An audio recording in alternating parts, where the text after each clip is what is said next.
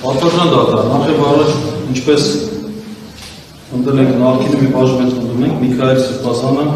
անմեղք է։ Իհարկե դատարանը արդեն մեղադրական վերդիկտ է կայացրել եւ այս տեսակետից իր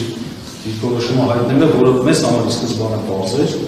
եւ մեզ համար պարզ է նաեւ, որ մեղադրողը ազատազրկում է պահանջելու 2 տարի 6 ամիս, դատարաններ հետո երևի 2 տարի կնշանակի այսպես հոգատարություն ցույց տալով կամ դատախազի ասածը կհաստատի, դա կանխատեսել է արտադրական դատարան։ Մենք այս դատարանում ցավոք արտադրության զգացում չունեցանք։ Նույնիսկ պարզունակ հարցերում պարզունակ դա չունեցանք։ Հիմա ուզում նաև տեղեկացնեմ, որ Միքայել Սրբազանի հորդորով եւ թելադրանքով մենք նրա անձը բնութագրեր, նմանատիպ փաստաթղթեր եւ դիրքորոշումներ չենք հայտնել, չենք ներկայացնելու, որտեղ Միքայել Սրբազանը գտնում է, որ անարդար իր նկատմամբ քրեական հետապնդում է իրականացվում։ Ես ուղղակի պատժի հետ կապված հարցով իմ գործընկերը կներկայացնի դիրքորոշում, ես ուղղակի անձը բնութագրող հանգամանքների շրջանակում ուզում եմ մեկ գրություն ներկայացնել, որը իհարկե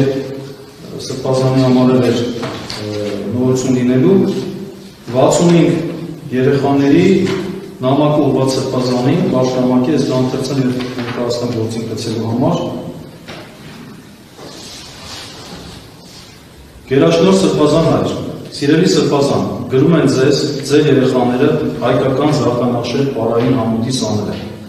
Համույթ, որը երկար ու դժվար ճանապարհ է անցել, ձեր հետ միասին։ Համույթ, որի հիմնադիրն ու կատարածնողն է եղել, համույթ, որի 25 ամյակը լրանում է այս տարվա հոկտեմբերի 1-ին։ Մեր բոլորի ցանկությունն է, որ մեր Սրբազանը ներկա լինի այս տունը, քանի որ առանց ձեզ մեր ուրախությունը մնալու է կիսատ։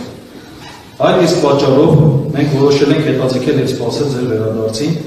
եւ կսպասենք ինչքան լինի հարկավոր։ Ամեն մեր պարապմունքից առաջ միասնական աղոթում ենք ձեզ համար։ Աստվածօգնական Սրբազան հայր, որդիական սիրով հայկական զարդանախշեր պարային համույթի սաներ։ Եվ 65 երեխաների անուններն են, ստորագրությունները երեխաներ կան չեն կարող ստորագրել իրենց անունն ամրակիվերել։ Խնդրում սա փոխանցեք։ Իմ գործընկերը պատմասով իր դիրքորոշում